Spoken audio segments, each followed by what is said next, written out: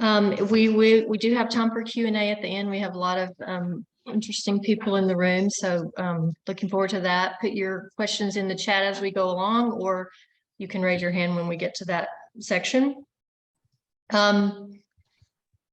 Thank you for joining us. This is going to be a lively, provocative conversation.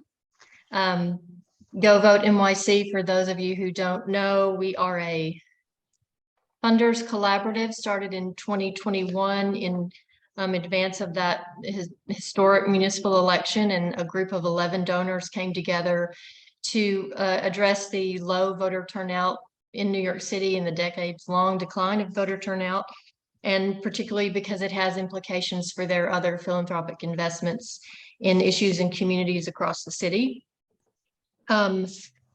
Our grant making has focused primarily on targeting low propensity voters, the people who sit out elections much of the time and who are not typically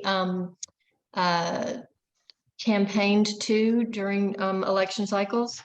And the organizations we support are the trusted messengers in those communities, and they work in coalition, they're community-based, and they use relational get out the vote tactics, which have proven most effective in influencing voter behavior. Sorry, I'm watching the waiting room as I do this. But we know that voter engagement is only part of the work that needs to happen to improve that situation. We also know that there are inhibiting structural issues within the electoral system.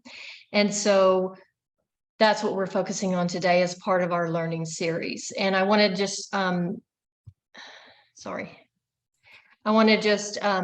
recognize the work of the Let New York Vote Coalition. Susan Lerner on our panel is a leader in that group, as well as some other people in the room. And they've really been instrumental in the last few years of changing the electoral systems and legislative laws in New York City, with more than a dozen sort of affirmative voting action reforms at the state level. So for today, we're looking at open primaries versus closed primaries. And I think we're going to leave here with perhaps more questions than answers. Our panelists and all of us at GoVoteNYC, we don't necessarily agree on whether or not this is an appropriate reform for New York, and even necessarily on the problem that it could or should solve. So we have 4 really interesting thinkers in the room. They have extensive knowledge about the electoral system, and it's going to be a good conversation. So very quickly, our speakers today are John OPDYCKE, who's the president of openprimaries.org, a national group that is based in New York. Ben Max, who's the executive director of Gotham Gazette. Susan Lerner of Common Cause New York, and Marco CARRION, who's the executive director of El Puente. I'm going to start with John, and then he will turn it over to Ben for a response to his presentation. Okay, John, and I'm going to put up your slides.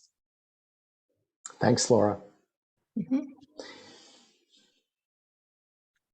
So yes, my name is John OPDYCKE. I'm the founder and president of Open Primaries. Laura has asked me to just give a very quick kind of national orientation, what's happening around the country on the question of primary reform, changes to the primary system. So I'm going to give just kind of a very quick tutorial and overview of what the conversation looks like at the national level, hopefully to help inform our discussion about New York.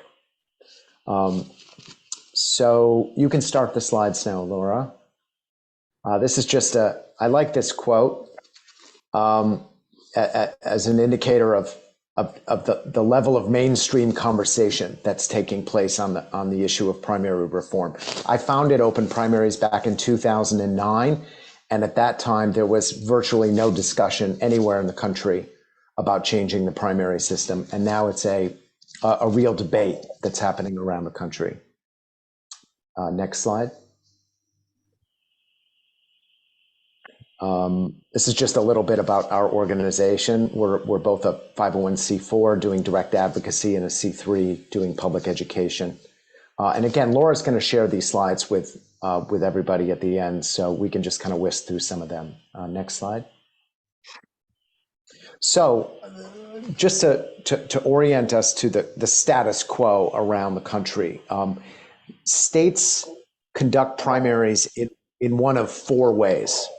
The first is partisan voter registration with open primaries. So there's 10 states where people register to vote either Democrat, Republican, minor party, or independent, but independent voters are eligible to cast a ballot in the Democratic or the Republican primary for state, federal, and presidential offices. And these are the 10 states that do that.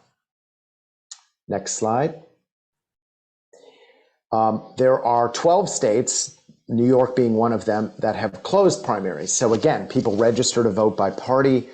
Only party members can participate in the primary of their party. Independent voters are not eligible to participate. Next slide.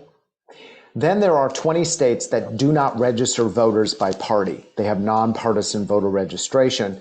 On primary day, any voter can go to the polling place and say, this year I would like a Democratic ballot or a Republican ballot. If there's a runoff, they can't switch parties, but voters are not locked into a party. They get to choose every election cycle which party ballot they want to take. And then the final category, next slide, are the states with nonpartisan primaries. So this is Alaska, California, Washington, and Nebraska. However, Nebraska only uses the nonpartisan system for legislative races. They use the partisan system for their federal and statewide offices. Just a quick tutorial about nonpartisan primaries. In these four states, there is no longer a Democratic primary and a Republican primary. There is a single open public primary. All the candidates are on the same ballot. All the voters get to choose, and either the top two or the top four candidates advance from the primary to the general election, regardless of party. I'm sorry? I'm sorry. I think someone is not muted. And I'd like to be picked up at 8 p.m. I see who it is. I'll send her a note. Okay. And then at the municipal level, 85% of cities in the country use some form of a nonpartisan system to elect people to municipal offices. New York City is one of the handful of major cities that continue to use a partisan system to elect local office holders. But the vast majority of US cities use a nonpartisan system of some form or fashion. Next slide. One final thing is that even in states that have closed primaries, the parties have the legal right to unilaterally open up their primary to independent voters. So in these 7 states, they have closed primaries, but one party or the other allows unaffiliated independent voters to participate in their state and their presidential primaries. The Democrats have done this. All these 7 states are Democrats who've done it. The Republicans have done it in the past in Maryland and Connecticut. But just want to make people aware of the fact that political parties can unilaterally change their party rules, even if state election law says that it's a closed primary state. Next slide.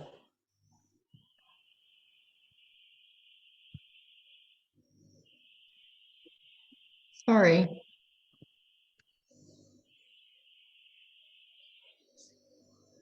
Sorry, I'm having a technical difficulty here. All right, I can just keep talking. Okay, so there's a tremendous amount of discussion taking place in many states about changing how they do primaries. And that it's a very rich, diverse conversation with lots of different points being made.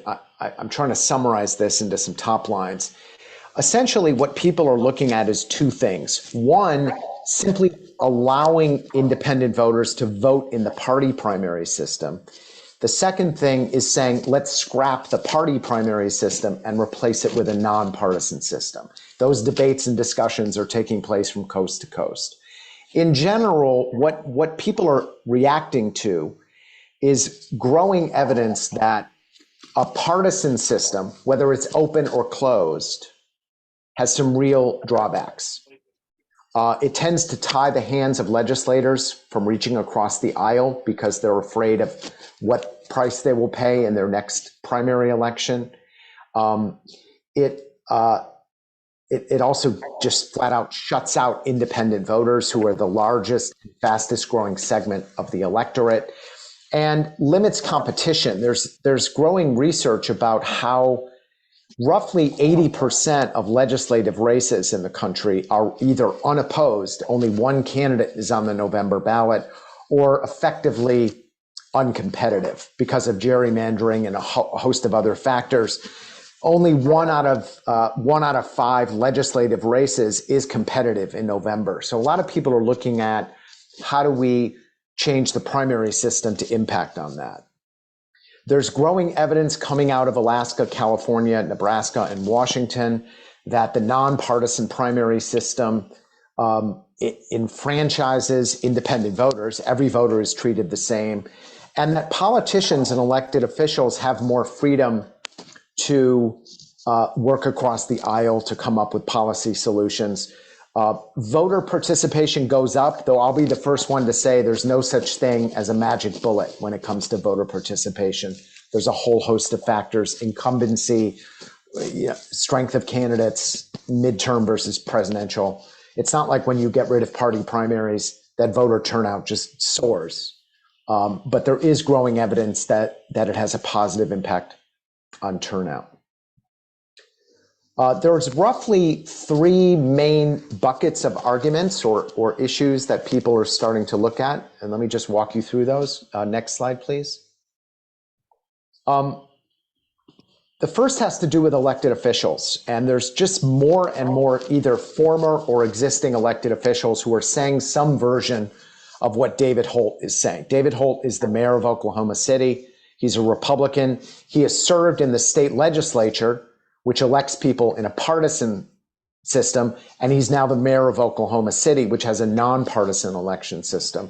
He's become, as someone who served in 2 different systems, a very vocal proponent for moving in a nonpartisan direction because of the freedom that it gives to elected leaders to build coalitions that bring people together across the aisle, both voters and other elected officials.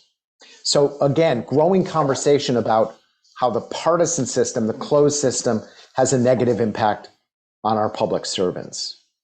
Next slide. This conversation was really boosted over the summer. There was national media coverage, including in the New York Times and the Washington Post, about the fact that the only Republicans who were able to survive, the only Republicans who voted to impeach Trump, they were all eliminated in party primaries. The only ones who survived were those from California and Washington who ran in a nonpartisan primary. A lot of media picked up on that, and so there's kind of an enhanced discussion about how the party primary system is used to punish legislators that go kind of buck the trend in their own party. Next slide. On the issue of turnout, the Bipartisan Policy Center has done some very preliminary analysis of voter turnout. It in general is higher in states that have open primaries. And there's also some interesting new research out of USC by Christian Gross and Raquel Centeno. They analyzed general election turnout in states that have closed primaries versus open primaries, and they found a significant decrease in general election turnout, particularly among Asian Americans and Latinos in closed primary states, because they have a higher percentage of voters who register to vote as independents, and they're never campaigned to in the primaries. Next slide. The final thing, and I want to close on this, is that a lot of the impetus for the national conversation about primary reform is the rise of independent voters. The numbers are climbing. It's not a left trend or a right trend or a particular demographic. It's, you know, diverse groups of Americans, Latinos, Asians Americans, younger African Americans. Our millennial voters are registering to vote as independents. In some states, over 60% of new registrants, like in Oregon, are registering as independent. But there still are a lot of misconceptions about who independent voters are. Next slide. We did a detailed analysis state by state in the 30 states that register people by party. And one of the things we uncovered is that even though political science insists that independents are not really independent, that most of them are Democrat leaners or Republican leaners, there are real discriminations that take place against independent voters. They're not able to serve on election boards. In many states, including in New York, they can't serve as poll workers. They have no representation on the Board of Elections, the Federal Election Commission, and that there's growing research that shows that the leaner model, that the kind of reclassifying independents as partisans light, doesn't capture anything about the reasons why people are becoming independents and how they are starting to participate in the electoral process as independents. A lot more research has to be done in this arena, but it's one of the main reasons why people are talking about reforming the primary system. Is when the primaries were created 80 years ago, there weren't many independent voters. Most people were partisans, and that's not the case anymore. Next slide. And we saw this in the coverage of the midterms. This is something I think is very positive. There just was a recognition that independent voters broke with historic trends. They punished the election deniers. They supported Democratic candidates, a lot based on the democracy issue, but they themselves did not become Democrats. And the final slide here is about young people. I can't emphasize enough how young people are going independent. The numbers are over 50%. You know, we've done a lot of focus groups and polling of young people, and the best quote that I've gotten is that young people think of the political parties the same way they think about Blockbuster Video, as a relic of a previous time that has no impact on how they choose to express themselves politically and in their communities.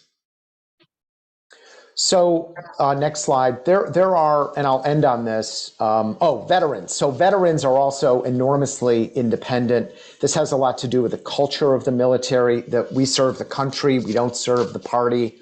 And there's increasing numbers of veterans who are starting to speak out around the country about the need to have an electoral system that fully accommodates all voters. Rocky Bleier is our newest spokesperson for this. By the way, he played a role back in the early 70s when the amendment was passed to the U.S. Constitution to allow 18-year-olds to vote, and is citing that as why we need to, you know, move in a nonpartisan direction, is to fully enfranchise veterans. The independent voters are not, you know, there's this kind of illusion going back to the Perot days of independence as kind of the angry white men. Not true. It's very diverse.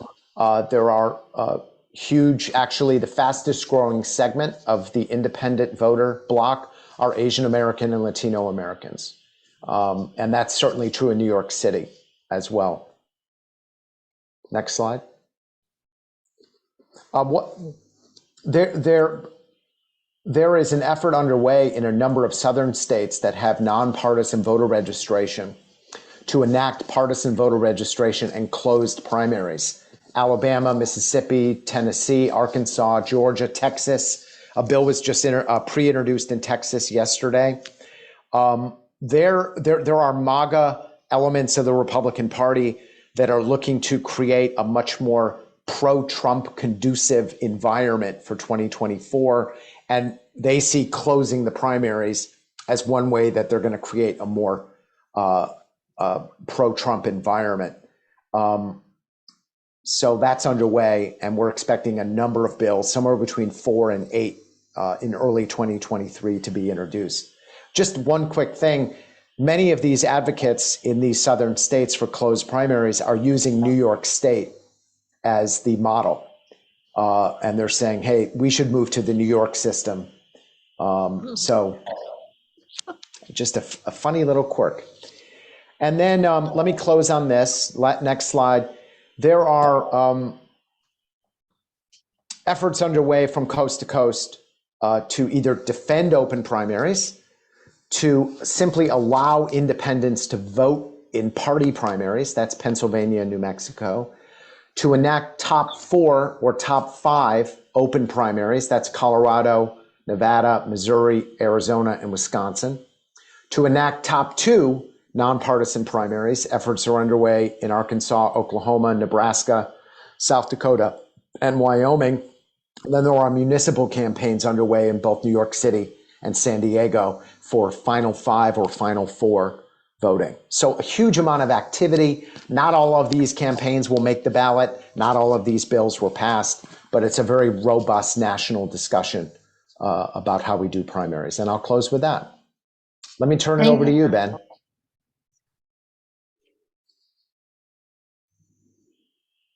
Thanks, John. So Ben. Thanks, John. Laura, I just sent you a couple of quick questions in the chat just about how we want to do the Q&A after this portion of the program. But a lot to think about there. John, thank you. I'm Ben Max, executive editor of Gotham Gazette, a publication of Citizens Union Foundation. You can find us at gothamgazette.com, of course. I think many people on a Zoom like this are familiar with our work.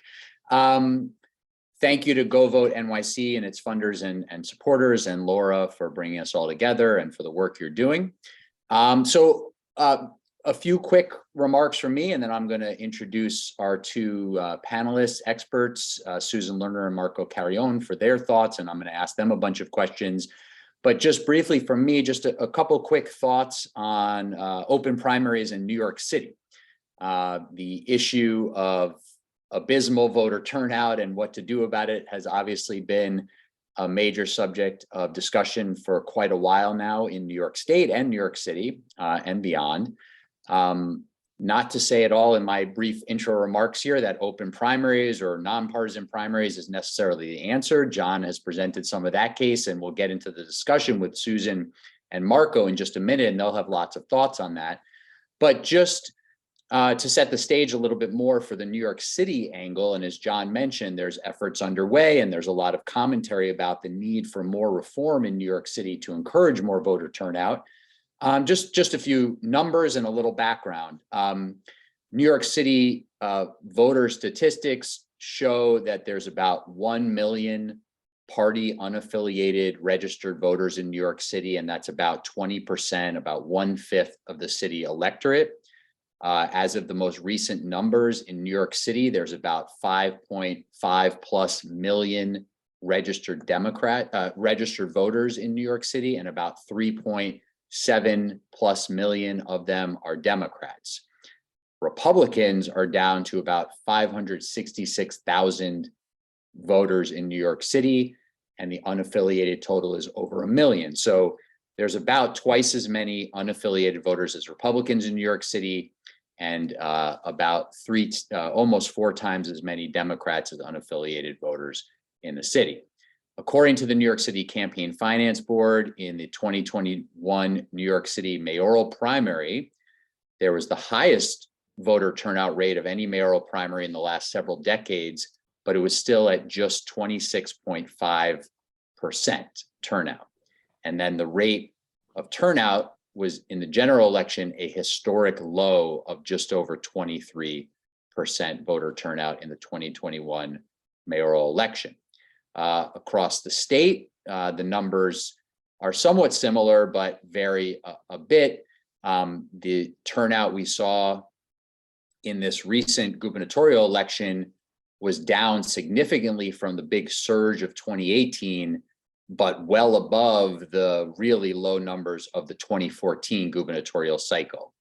In New York City, just now in this gubernatorial race, in the general election, roughly 33% of registered city voters cast a ballot. Now that was compared to 41% in 2018, but even though it dropped a bit, it was still higher than the 23% in 2014. So given Democratic dominance and how low turnout primaries have often determined the general election winner, especially in New York City, and how very low turnout the turnout has been in primaries and general elections, there's been a lot of discussion of what to do and what reforms to make. And there have been many reforms over the years at the state level, at the city level. Recently, of course, the addition of ranked choice voting in New York City for municipal primaries and special elections that was in place for this recent mayoral cycle that had all the other city offices on the ballot as well. But of course, as we're getting at here, not passed has been open or nonpartisan primaries or moving elections in the city to even years. And I know that was the subject of a recent GoVoteNYC program. Efforts to change the city charter on this matter have either stalled or failed. There's been discussion during a variety of charter revision commissions about whether to advance some sort of open primary system to voters. That hasn't happened in the recent charter revision commissions, including the one that passed ranked choice voting to put it before voters for a referendum where it was approved. The most recent example where voters did weigh in on this was back in 2003, when a voter referendum on a version of open primaries was defeated on the ballot by about 70% of voters in, again, a very low turnout 2003 general election with not a lot of races on the ballot. This was put there by former mayor at the time, Michael Bloomberg, who ran on this idea after he had been switching parties to win as a Republican in the 2001 election. We know he shifted parties a number of times, including back to Democratic after being an independent. He got it onto the ballot in 2003 through a charter revision commission, but it was defeated. I'll note here, and we have an article at Gotham Gazette from last year on this, that the current mayor, Eric Adams, was very supportive of open primaries back in 2003 after his own bout of party switching, but he's since changed his mind, and ahead of last year's election, he said that he opposed open primaries. So that's a little bit of background there. That's enough for me. I do enjoy the thought experiment sometimes of what it would have been like in the 2021 mayoral race if we had a different system and you had a general election of something like either Eric Adams against Catherine Garcia or Eric Adams against Maya Wiley or all three of them or the three of them and Curtis Sliwa. If you could imagine an open primary with a top four perhaps of them all coming out, a lot to chew on and think about there. All right, so let's bring on Susan Lerner and Marco CARRION to join me here and discuss this a bit more from their perspectives. Susan Lerner is Executive Director of Common Cause New York, and Marco CARRION is Executive Director of Puente. So Susan, why don't you start, and then Marco, just each take a minute to explain sort of how you and your organization comes at democracy issues in New York City. What are your main areas of focus and your goals? Susan, do you want to start and take a minute on that to make sure people are up to speed about sort of what the goals of Common Cause New York are when it comes to looking at reforms around local democracy?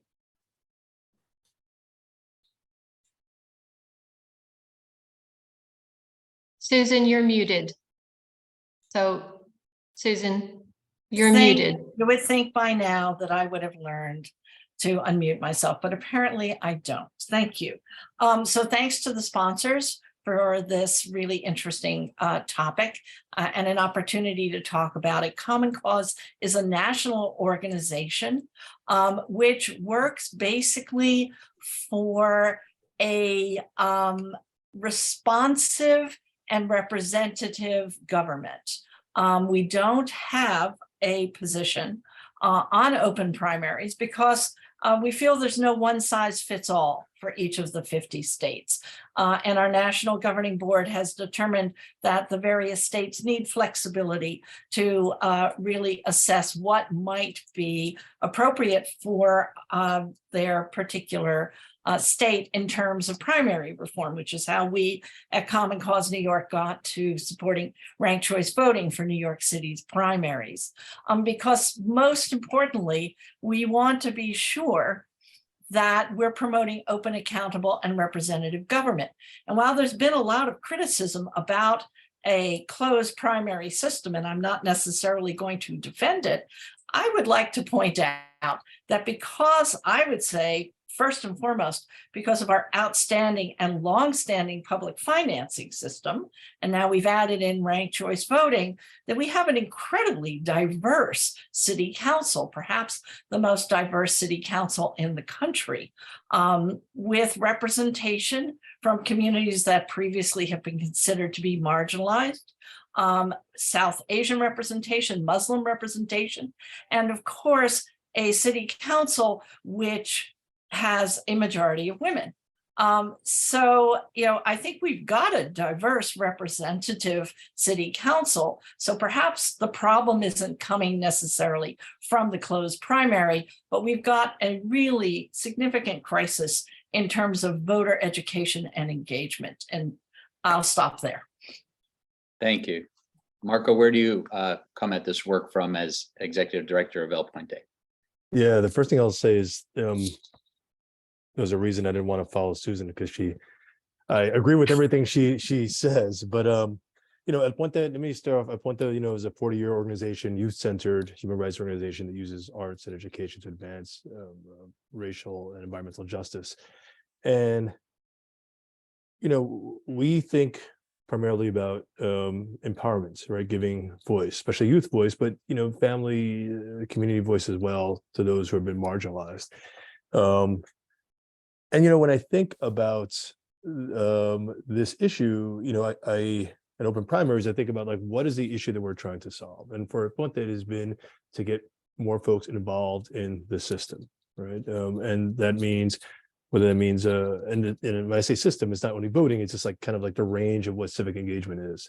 So that means, voting, that means working on campaigns, that means attending forums, that means putting forums together, asking questions, lobbying, the whole gamut of ways you can get involved with the electoral government civic system. And we do that in Puente by training and organizing and demystifying a lot of the things that we see as hurdles to that. I should say that we are a member of a recent member of the Let New York Vote coalition, which Susan asked me to join. And even in that coalition, I mean, the issues we're involved with are, creating easier access for CUNY and SUNY students, for plain language ballot initiatives, and codifying voting in jail. And those folks who have been disenfranchised or maybe don't know that, that they still have the right to vote or can vote. I mean, with their justice impacted status. So I guess, that's the background. So open it up, but open it up through education and awareness. Susan, let me come back to something you said about representation in city government. Clearly, perhaps the most diverse city council we've ever had in New York City, first majority female city council, things you mentioned. One question from people who support open primaries would say there's less perhaps ideological diversity in the city council than there would be under a system where more voters are participating. How do you think about that question of representation and the question of bringing more voters potentially into the decision-making process? So there are two different issues, I think, there. One is the question of a centrist approach, which is not part of our mission at Common Cause. What I would define as an extremist position is probably very different than what Marjorie Taylor Greene would define as somebody who's an extremist. And I'd like to point out that in her general election, she won with slightly more than 65% of the vote. So while many of us may not admire her seditious positions, she does seem to be representing the people in her district. So, it may very well be the case that when we have our system and we have this diverse of a council, they may actually be representing their districts, whether people who would like a more centrist position like that or not. We are a preponderant democratic, allegedly progressive city, And it's likely that a Democratic city with a representation for being progressive is going to elect more people who are progressive. Look at Los Angeles, right? Same story there. So I don't know that necessarily opening it up is going to necessarily change or more to get you more centrist people. We've got a very diverse representation. The other problem really is that because of disaffection with the political system and the political parties, that now, not just in the city, but in the state, the second highest representation is what New York politicos in their infinite wisdom call blanks. At least in California, they call them declines to state.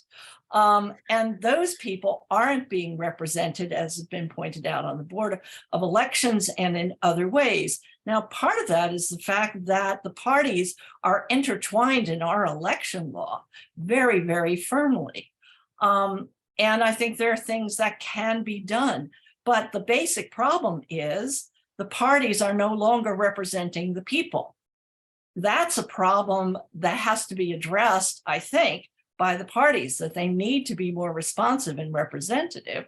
But we also have a general disaffection. When we register people to vote and we explain the closed primary system, people say to us, I don't trust any of them. I don't want to encourage politicians by participating, which is a disaffection that is endemic. And I think we have a civic engagement challenge as much as we have a closed primary challenge. That New was York City invested over $15 million educating people about ranked choice voting and the June 21 primary, and we saw an uptick in voters. That was where I was heading with you, Marco, is that disillusionment and this increase in people registering unaffiliated in New York. What do you see on that, and what is the solution from your vantage point in terms of how to reinvigorate people's engagement and their belief that politicians and elected officials and appointed officials are going to be more responsive to them? Yeah, I to pick up on something that Susan was saying, when you have that conversation with someone who says, like, I don't believe in either party, or I'm not going to affiliate with a party. If your response, I think your response is, well, you can vote in either primary. Like, I don't think that's gonna speaks to the specific nature of what they're saying. Like, they don't believe in the system. It's not whether it's a Democrat or Republican. They just have extreme cynicism as to whether elected officials, those in government, those in power, are actually speaking for them. I know in the communities that I represent, there's an issue with like a large gap between those electeds who look like me. Do they have the same challenges I have? Do they live the way I do? And I think that what it does is, number one, it believes that there's nothing they can do about it, right? And that those folks are not speaking for them. So our answer has been education, right? And saying, like, your vote this is how you can impact the system, that your vote does matter, that if you have a problem with someone, that you don't put you sit on your hands or sit on the sidelines and stay out, but you actually organize your friends, organize your family, organize your building to vote that person out of office, that you actually find someone, a substitute candidate, and run that person. You can run that campaign, that the campaign finance system that exists allows you to be able to raise money and create some type of leveling force in the electoral system. But it's I guess, like, the problem that I see in the kind of cynicism doesn't become demystified or resolved by simply saying, well, I'll give you another chance I'll give you an additional chance to vote. Yeah, I'd like to point out that Georgia has an open primary system, and they have abysmal turnout rates in their primaries. It's under 20% over and over and over again. So, really, we need to think about the fact that there are various different approaches under the open primary banner, and what are they trying to address, and do they actually do that? What are we trying to solve here in New York? So say more about where it fits in your thinking, Susan, about how the question of some version of an open primary, nonpartisan primary, et cetera, system fits into some of the choices of reforms in front of New Yorkers right now. There's obviously been quite a series of reforms out of Albany since Democrats took full control of the legislature. There's been the ranked choice voting reform, in New York City. The city's campaign finance reform system continues to be updated pretty regularly, and is, as you noted, pretty robust and significant, and seems to be having an impact in some ways as intended. There's other solutions on the table. Your organization and your coalition are often fighting for them. How does open primaries or some sort of system like it fit into the sort of menu in front of us if the goals are more voter engagement, increased turnout? How does it fit into that menu and those agendas? So the open primary, I think, as John pointed out, it does in some instances seem to have a modest increase in turnout. But again, as I think Marco pointed out, it's a question of whether people actually know that they have the opportunity, who's reaching out to the unaffiliated voters. The turnout is usually driven by voter contact, and that usually comes from candidates, and candidates tend to concentrate on the voters who are most likely to turn out. So if we were to adopt some form of open primary, it would have to be really supported by a robust education campaign. And I was looking at the breakdown of which states adopt which version under the open primary umbrella. And it's striking to me how regional our election choices are in this country, that you will see the broadest reforms west of the Mississippi. And if you look at the Atlantic and the New England states, none of them have what would be a true open primary where anybody can walk in at any time and vote in the primary. They have some version of a partially closed or partially opened primary. And that is historically because our election laws in that region of the country always put the parties first. So, I think there's an interesting historic situation as well. And in all honesty, as we say at Common Cause for a long time, the parties have a stranglehold on our election system. What would we actually be able to do? I think that investing a significant amount, and I think the city should do this, in real ongoing day in, day out civic engagement, like Marco was talking about, explaining to people how their voices are not heard if they don't participate in the political system, and how they can change things by getting engaged, would be the most productive money that we could spend.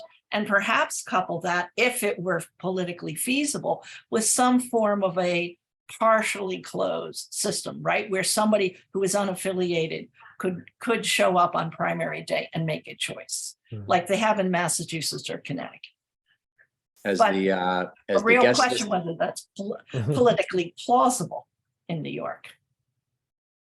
speaking of charter revision commissions, and as the guest list today shows, we do have a new civic engagement commission in New York City. So more for them to do. Marco, let me piggyback off something Susan said and come back to something you said, which is there's this question around open primaries about that proponents say people who are unaffiliated with a party are locked out of primaries. They're not allowed to participate. What you reported a few minutes ago, and what some others say, is people are very consciously choosing to not be part of the party system. How do you assess whether people are sort of unwittingly removing themselves from the opportunity to participate in the current primaries versus they have these this disillusionment with the parties, especially in New York City, the Democratic Party, if they're not choosing to participate in all these Democratic primaries that are so robust in the city, and they're okay with that. or they're making a statement about that with this registration, and it's not that the system is locking them out. It's a protest of some means, as you were saying. Yeah, and the reality is I'm not sure, and I would love to see more, data on that in terms of, the reason, the rationale why folks don't affiliate, right? Now, if you're telling me that you have folks who unknowingly, right, like I don't affiliate, but I don't understand the repercussions. I don't understand that I can vote in a primary. And, I've heard, and I think we've all heard those anecdotal stories where someone shows up on primary day and they're turned away, right? I mean, that's an education issue, right? There were also the hundreds of thousands in the state and many tens of thousands in the city who register with the Independence Party, who think exactly thinking they were, yeah. And But that not is anymore. not exactly. I'm about anymore. to say that's yeah. No one can make that mistake anymore. But it's and so I'm not in that, and I know there's not the discussion, but if the discussion is, if we're having a discussion as to when you can actually change your affiliation and to deadlines and when you could do that, I mean, I think that's a different discussion. If someone says, hey, listen, I didn't realize I can't do this. But to those who knowingly, I have all the information, I know what I'm doing, but I decided not to affiliate. I mean, this just seems to me some type of response that I don't know. On one side, you have folks who have organized through the years into a party system, right? You have Democratic, Republican, like loyalists who have created a system. And I think, I agree with Susan that there are really concerning areas of where this system seeps too deep into the actually governing structure of elections, right? But in terms of like, we are folks who are party diehards, we show up to meetings, we believe that, our party platform is X. For us to say like, you're organizing and, the reality that you've come together to do this, like, doesn't matter to me anymore because these folks don't like your system. There's something about that like just, Yeah. that I think has to have more of a discussion. And I don't know if the answer is just saying, let's kick the door open and let these folks in who have knowingly said, I don't want to be part of this club anyway. I mean, there's a question of whether there's a value to having people be able to gain political power by organizing with people who have a similar policy outlook. The problem I see with our political parties right now, particularly here in New York, is that they're not really organizing around issues. They're not organizing people. They're organizing money to protect incumbents. That's a separate problem. And I'd like to point out that the research in my personal experience shows that when you have so-called nonpartisan elections, voters are looking for signals. And the first signal they ask about is, what is this nonpartisan candidate a registered Republican or Democrat? Because that gives me some idea of how I'm likely to feel about them. And if they aren't able to determine political party, then they fall back on other signifiers, which tend to be ethnicity, race, and gender. So voters need information. They look for cues, and trying to strip that out of our elections, it seems to me, is not doing the voters a service. Now we know, Susan, why don't you stick with this, and then I'll come to Marco on the same question if you want to jump in on this, Marco. But we know a lot in campaigns that a candidate and their campaign will survey the landscape of the election, whatever it is, a district, the potential voters, and say, here's the number I need to get to, right? This is the number of votes I need to get to. Yeah. And for the most part, that's who the candidate, and then perhaps if they get into office, they get their number and it's the correct one. That's more or less, in a lot of ways, how they act. They are accountable to that group of people and that number of people. And I think one of the questions around open primaries that I think about is this question of, if you're more accountable as a politician and an elected official to more of the people, isn't that a good thing? What do you think? If indeed it works that way, right? So if the numbers work out that way, but again, the problem is, as Marco points out, disaffected voters who don't have any trust in the system, who don't think their vote counts, whether we then say you can vote or not, are not turning out. We have high registration figures in our city. Registration isn't the problem. The problem is turnout. Will this actually have a positive impact on turnout? We need a better way of inviting these people in. Perhaps a system that allows the unaffiliated voter to show up and say, today I'm going to be a Democrat, or I'm now a Democrat because I want to vote in this primary, would encourage more people. But it's got to be backed by more than just a change in the law. Marco, what do you think about that question Yeah, related to accountability? I Former director of the mayor's office of community affairs. yeah, Thoughts on this?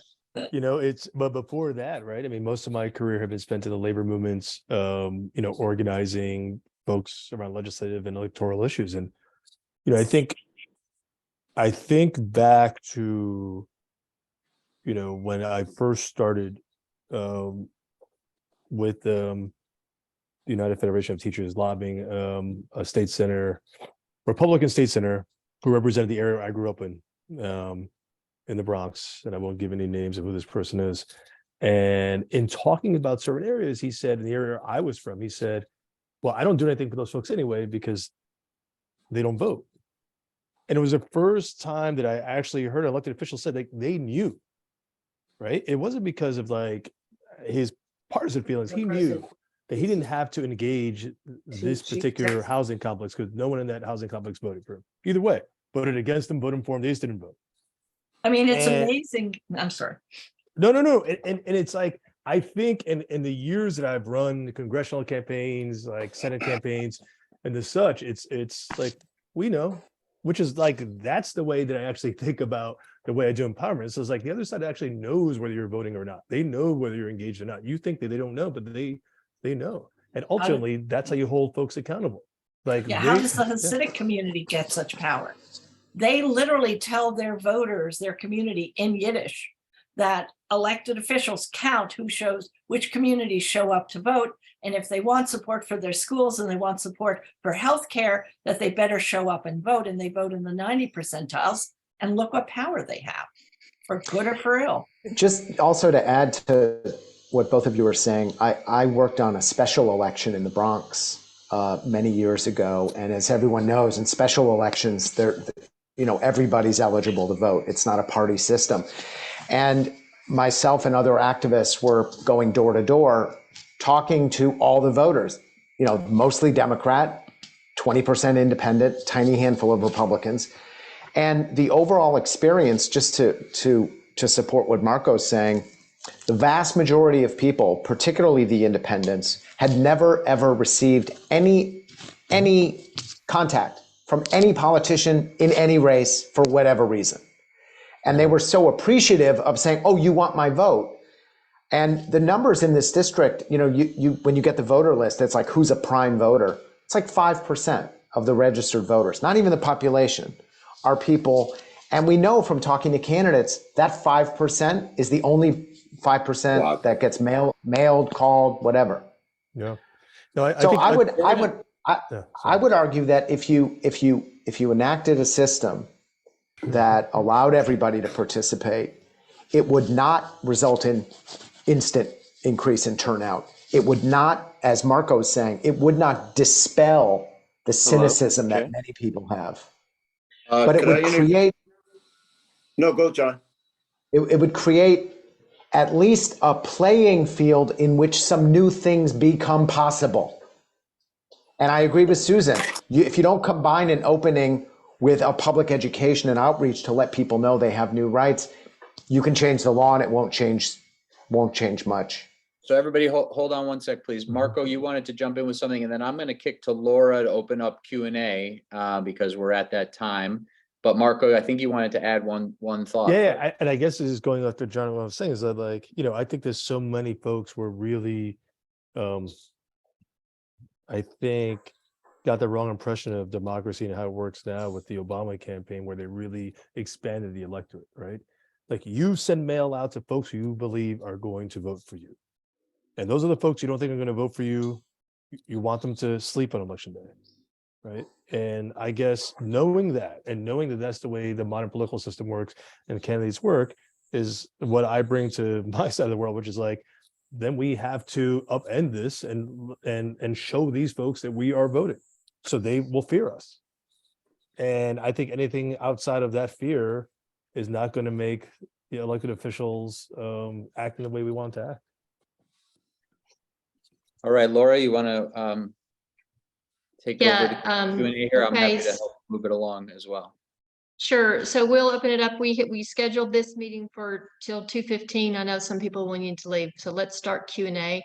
And as promised, we had a very provocative set of comments, and thank you all three of you and Ben for moderating. So do we have questions? You can put something in the chat. If you want to raise your hand, we can take them. I see Jessica. Yeah, thank you. I'm Jessica Haller. I'm the executive director of the New Majority NYC. We're the organization behind the New Majority Woman New York City Council. What we support, we actively, while we don't get involved in policy, we actively support policies that open up voter registration, that open up voters. We're, working with Susan and expand the electorate to get authentic gender representation. What's strange to me here, two comments that I'm hearing. One is sort of this discrimination aspect against the independent voters of New York. We have issues with language barriers, people of certain communities being discriminated against. You can choose to be an independent voter or not. And a lot of people I know switch even in New York's convoluted system year to year. So it's funny to me the notion of discrimination that we're using. And I'd like to sort of know John's reaction to that this seems like getting people out to vote, there are a lot better ways to do it. The other question I have that's also confusing to me, we all know that parties are flying out to the fringes on the left and the right? We are getting more extreme. And it seemed to me in the example that John gave, none of the Republicans supporting the insurrection on January 6th made it through their primaries. That seems to me to be a good thing, that the primaries in themselves are a check on extremist views on both the left and the right. So I'm wondering, and that people are probably voting independent because they're pulling away from that or registering independent. So this doesn't seem like a bad thing to me. I just wanted to respond. No, I was saying, yeah, the Republicans that voted to impeach Trump, meaning they stood up to their party, they were all defeated. The only ones that survived were from the nonpartisan primary states.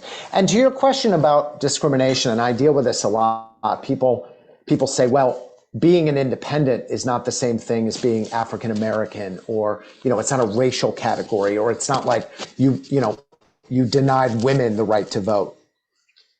And that's certainly true. There is a certain a selection of being an independent. I don't think that makes the discrimination any less severe and worth addressing. And there's a lot of different ways to address it. First of all, the country is going independent. You might not like that. You might think people are being stupid for doing that. You might think it's something else, but that's what's happening in every state in the country. And I think that it's important, a sign of a good democracy is that it is in step with the population. It doesn't say to the population, hey, we want your participation, but in order to participate, you have to join a private political organization to do that. At a time when, 40, 50% of Americans are saying, I just don't want to do that. And again, I think you can make the argument that the discrimination against independents is different than other historical discriminations. I would give you that. But I don't think that means it's not worth addressing.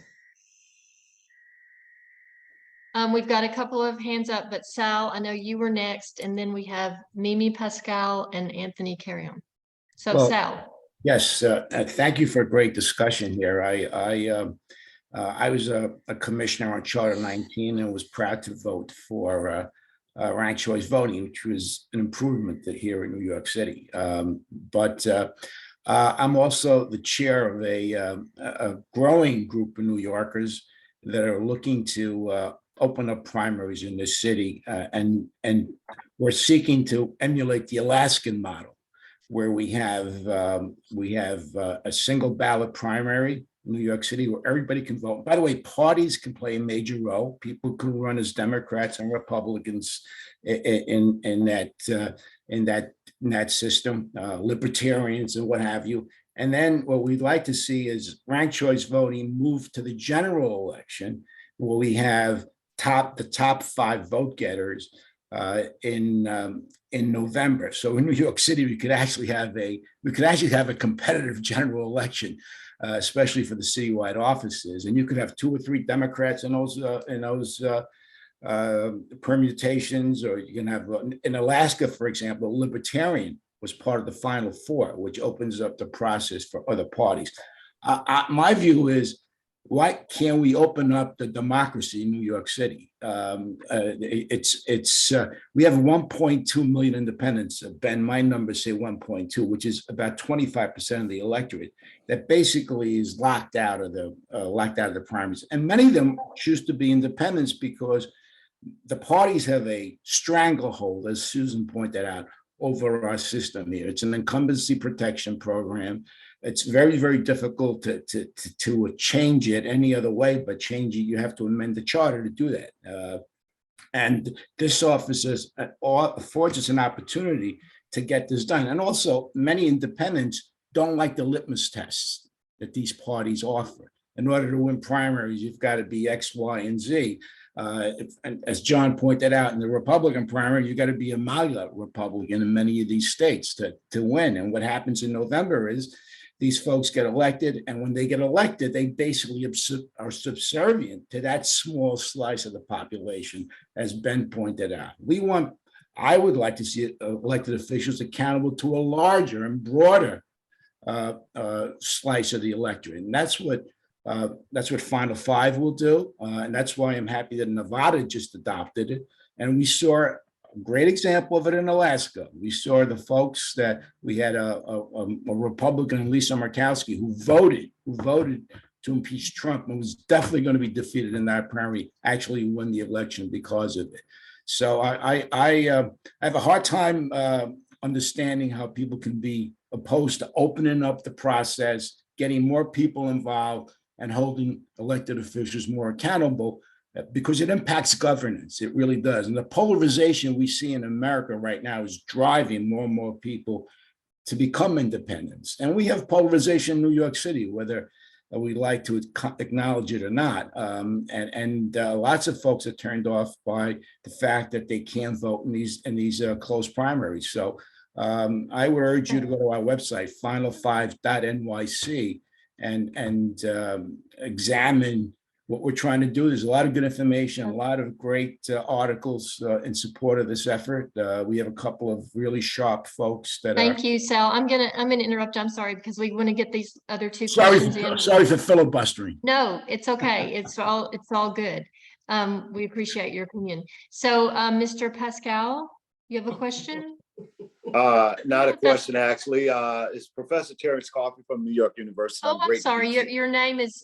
Yeah, I'm on with my fiance, so I could be sorry. Mr. Pasquale today.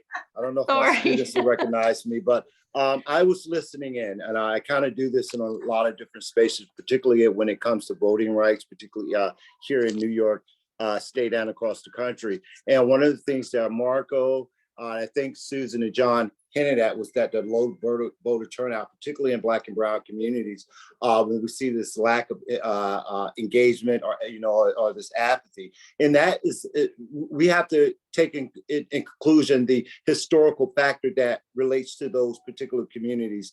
My work at NYU, we work directly in these communities. And in our engagements, Marco, what we're finding out is that these people feel that the only time that they find groups such as ours or any other politician that comes to those communities is only when it's around voting. Secondly, we have to take in the lack of engagement that they're not seeing changes in their communities. So they're looking at this voting process, oh, that's just something that, they do. And no offense, oh, that's just the white people, they're going to figure it out. Those are the conversations that we have to be willing to address through an ongoing empowerment campaign throughout the year, not right when we're here or the primaries. These communities feel disenfranchised. They feel disconnected from what's happening around them. So when we come around with voting season, it's like, I don't know the politician, doesn't come to that community or whatever that may be. So our goal at the Social Justice Network and my partnership with New York University is having an opportunity to be in these spaces, because our first commitment has to be an empowerment campaign over the course of the year that educates and empowers these communities, that they know who the people are they're voting for, how they're representing that community, and what that means for them. So I'm going to stop there because I was thinking about Sal and the filibuster, but at any point in time that I can really kind of engage with this group on how we can make a concerted effort in these areas. And Marco, you hit it on the head when you said that. These communities feel disconnected from what's happening. So when it comes to voting, if you want to challenge me on that, the 2008 election of Barack Obama was a clear indication. It's because those communities somehow felt connected to Barack Obama that somehow this was going to effectuate change on their behalf. Now, the reason I'm saying that followed 2012. You see, there was a drop in it because these are people who are in those spaces. And I filibustered. Okay, and I'm sorry. I am going to interrupt, but thank you very much. And we'd love to be in touch if you want to put your contact information in the chat so we can reach out. Thank you. Thank you. We have two more hands up, and then I think we'll stop there. Both from the New York Civic Engagement Commission. Anthony, you're first, and then Commissioner Said. So Anthony. Yeah, thank you. So I just wanted to talk about maybe an approach, because I think the emphasis has been about, voter enthusiasm, and just want to put this link in the chat. I mean, it's backed up by research that, impact of the ordinary citizen is very minimal, and we just have to acknowledge that reality. We can't just blame it all on the voter and say, why aren't you enthusiastic? Why aren't you engaged? We have to acknowledge that reality. I think Martin Luther King, spoke that voting rights, civil rights came cheap. It didn't cost the nation anything. What communities are asking for is where's the economic justice, and programs to alleviate poverty, social welfare programs to alleviate the pain that people are feeling. So I think an approach might be to acknowledge that reality, one, and two, say that it's not just about voting, which is just one aspect of being a public citizen, right? But also generating the numbers coming into communities. So that could be starting as volunteering, tenants associations, civic associations, your community board, the first step to generating the numbers, the coalition you need to affect the change, because the major changes that we're all proud of, like the weekend, public education, didn't come about because of just the ballot box. It came because of the ballot box and also the outside game, the numbers that you have to generate. So I think maybe that kind of messaging would work, that this is just one component of civic engagement. It's not the only component. And I threw in none of the above, not as a way to allow disaffected, to encourage cynicism, but also as a temperature check to reflect people's, attitudes of the system. And then that would compel people, that would get news and media and generate buzz and compel people to ask questions, well, why are people choosing none of the above? So it would be a conversation starter, not to encourage cynicism. So I'll defer the rest of my time. Thank you. Thank you. Appreciate those comments. Commissioner Said, I'll have you have the last question or the last word, and then we will say thank you, and I'm going to talk a little bit about what's in the chat. So, Commissioner.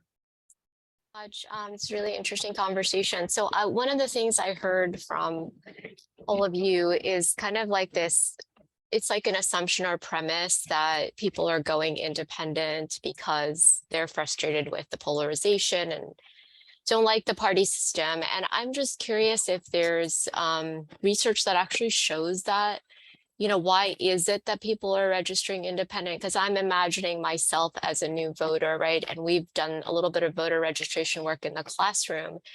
And I'm curious, like, whether people are actually, do they have information about what is the Democratic Party? What is the Republican Party? What is an independent? And is it really like, how do we, I mean, I guess, yeah. is there research that shows why people are registering independent? And like, is it something that we can move the needle on by educating people about like the substance of primaries, or is it already too sorry, not primaries, but the substance of political parties? Like, are there, real meaningful differences between the parties that people can sort of learn about and be educated about? There's been some research, but not nearly enough. In some ways, the independent voter phenomenon has really been downplayed a lot, and as such, there's been huge research opportunities that have been neglected. The good news is there is a new center at Arizona State University called the Center for Independent and Sustainable Democracy that over the next several years is going to be doing a lot of research about independent voters. We at Open Primaries and some of our colleagues have done focus groups and kind of informal polling. So this is not scientific at all, Dr. Saeed. But what we found is that the reasons people are independent are very broad. People coming from totalitarian countries, party membership has a particular meaning, and they don't want to be associated with it. People moving from state to state, they don't know the local dynamics. They don't know how they register independent. Same thing with military families.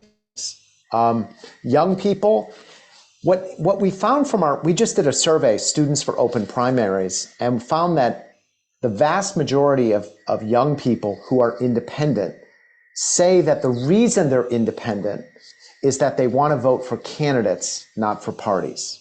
They want to evaluate candidates person by person. And that was over 70% of them saying that's the reason why I became an independent. Other answers are things like, I think both parties are in it for themselves. They're not about solving problems. They're just about perpetuating problems. A minority response was the two-party system is corrupt. But I think there is, through a combination of new immigration and younger people becoming of voting age, there is a wariness about political parties in general as a form of political life that they want to maintain distance from.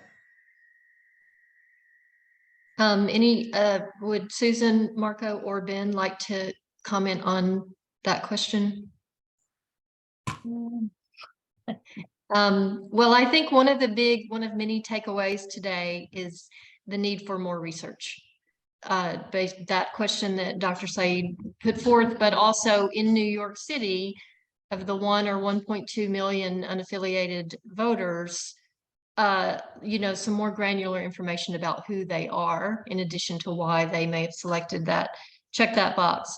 So, there's a lot more conversation to be had, more research to be done. It's an interesting question. We so appreciate all of our speakers being frank and interesting and provocative.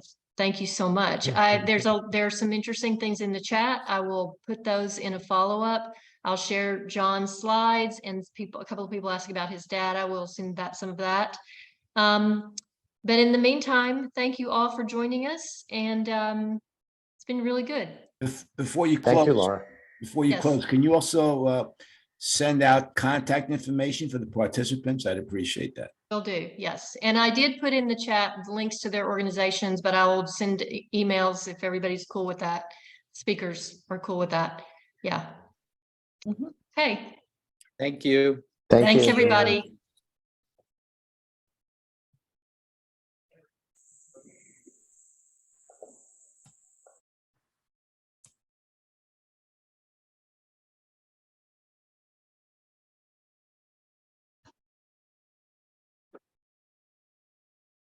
Hi, Laura.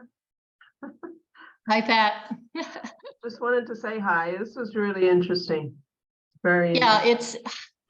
I hope you can see why it took me 8 months to find speakers.